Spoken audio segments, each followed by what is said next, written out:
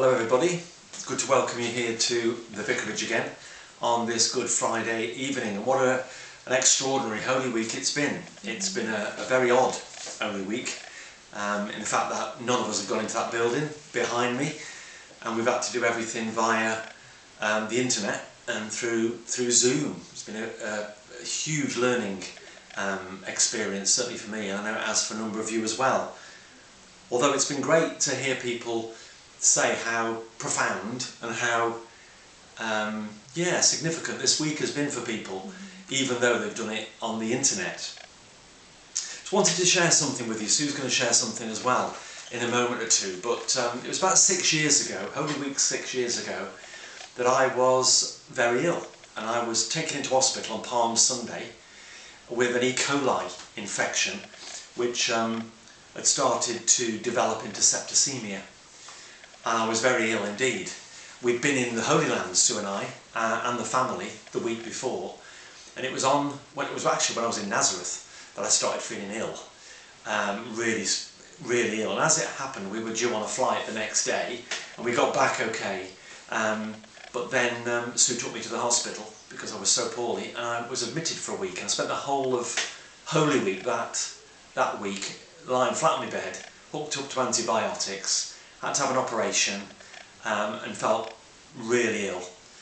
And it wasn't the place that I wanted to be in. I'd had everything planned, all the service has been organised, all the sermons had been written ready for Holy Week and for Easter Day. Everything had been organised, and it all went out of the window. It was all gone, it was all stripped away. But actually, as I lay there in that bed, I remember it being one of the most profound and significant Holy Weeks that I'd ever had, because I had nothing really. I was locked down.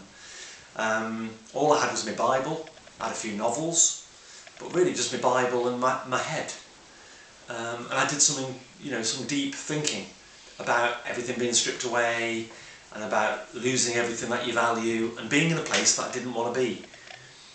And what I carried with me that week was Gethsemane, when Jesus had everything stripped away.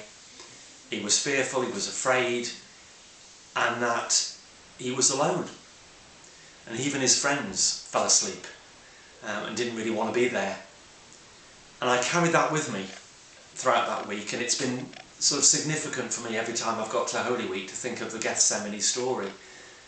That at that time of deepest darkness, but it was there, as I said this week, where Jesus was transfigured, and we really did see the glory of God in the pain, in the darkness, in the loneliness, and everything else. So that was me, but what about your experience as well? Because it was equally significant. Well, it was just a year later actually, and again, this time it was the week after Easter. We were on holiday, we were having a staycation, but we were doing lots of lovely days out. But it was that week that I was diagnosed with breast cancer, and that was a bit of a shock, and the world turned upside down.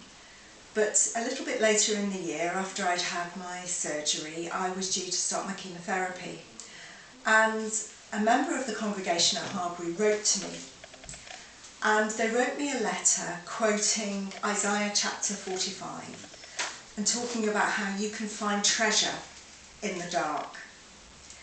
And that really spoke to me, and it really helped me, because I've done lockdown before. 18 weeks of chemotherapy locks you down and strips everything away. And I was in a place like Craig that I didn't particularly want to be in. And yet actually there was treasure to be found in that dark. And what I learned was that there was no point trying to fight it. If I fought it, I would just get upset and frustrated and distressed. My better option was to just go with it. I'd always been a bit disparaging and felt that it was a little bit trite, that phrase, let go and let God. And yet actually, during those 18 weeks, I had no choice other than to do that. And it actually turned out to probably be one of the most joyful and peaceful periods in my life to date. despite the illness, despite feeling physically sometimes really, really grotty, despite not being able to do many of the things that I normally take for granted and enjoy, I found a hugely profound sense of peace. And actually, I'm so grateful for that experience because I'm very aware that it's helping me now. And I'm sure many of you too have had times in your life where you've had to go to places that you didn't want to go.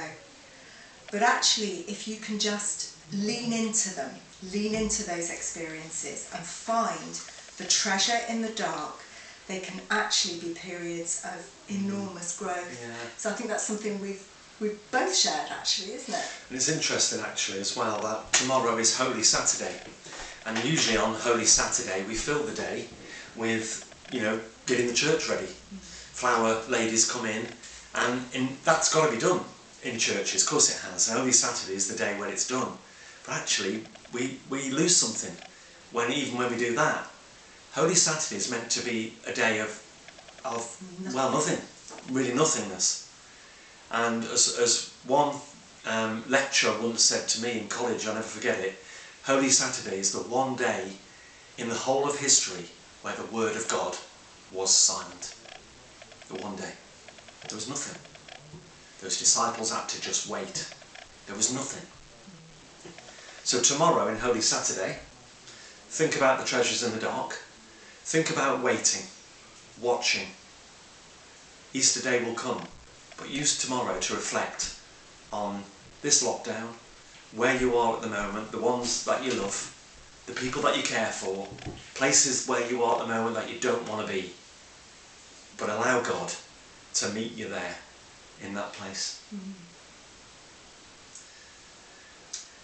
Thank you very much. We'll see you on Sunday. On Sunday.